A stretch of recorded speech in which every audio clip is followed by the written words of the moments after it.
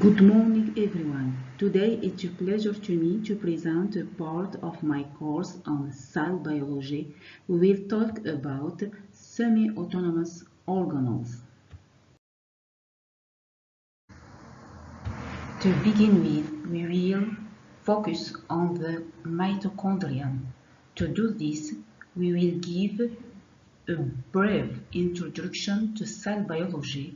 We will discuss its structure, followed by its division, and we will conclude with its important role in the cell.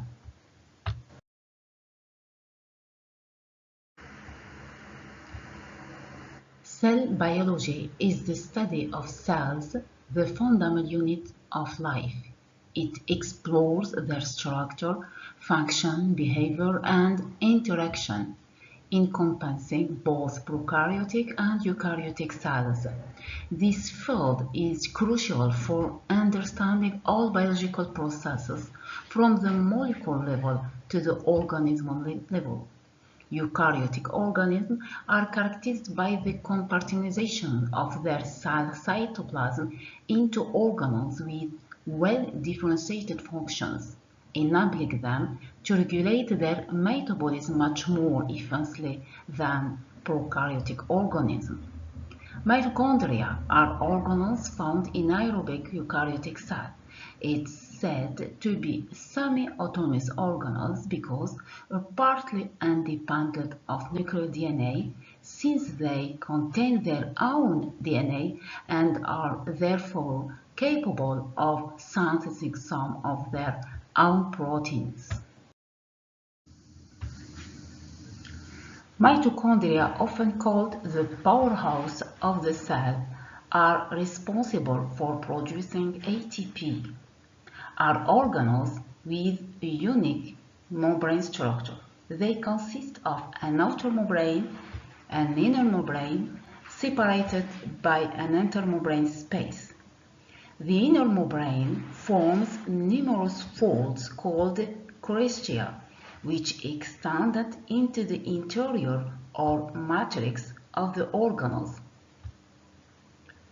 The matrix also includes a circular DNA molecule and mitochondrial.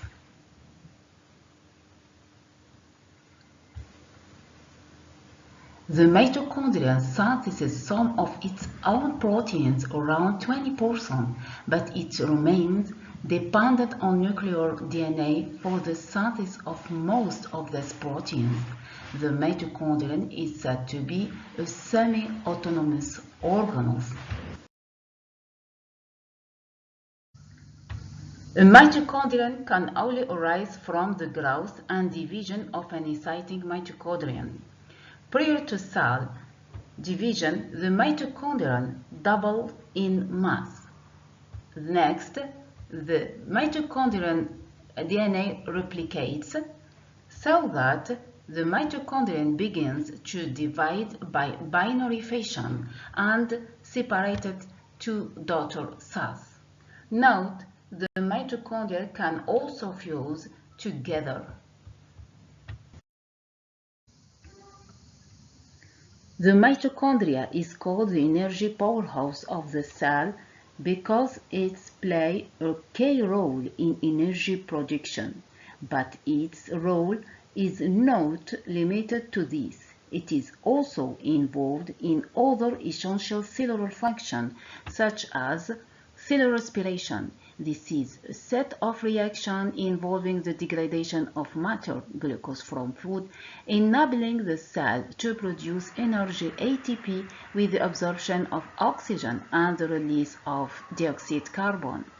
Then play a role on protein synthesis. The presence of DNA and mitochondrial enables synthesis of some of its protein, and also its role synthesis of numerous precursors. The mitochondria synthesis precursors for the biogenesis of fatty acids, amino acids, carbohydrates, and urea.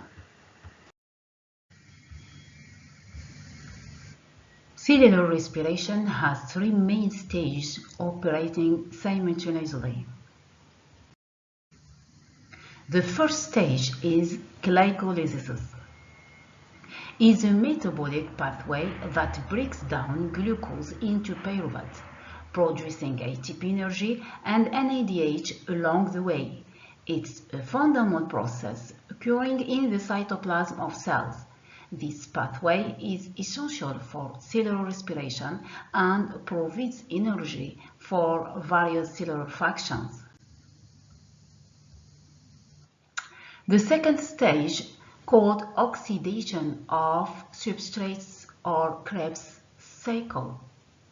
This is a set of reactions in cycle form taking place in the matrix. It is fed mainly by pyruvate or acetyl-CoA.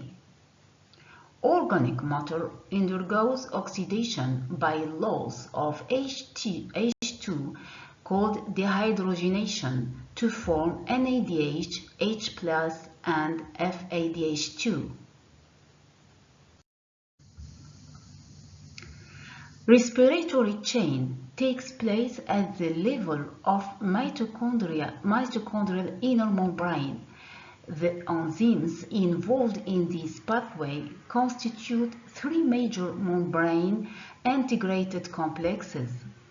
The first complex is integrated called NADH dehydrogenase. The second complex named cytochrome BC1. And the third complex called cytochrome oxidase complex 3. The respiratory chain begins with the dehydrogenation of NADH H+ by the NADH dehydrogenase complex in the mitochondrial inner membrane. Electrons are transported along the respiratory chain through the various complexes to the final acceptor, its oxygen, while H+ protons are pumped into the intermembrane space. The third stage is ATP formation or oxidative phosphorylation. It enables the synthesis of adenosine triphosphate ATP from adenosine diphosphate ADP and inorganic phosphate PE, a molecule considered the cell's fuel due to its high energy potential.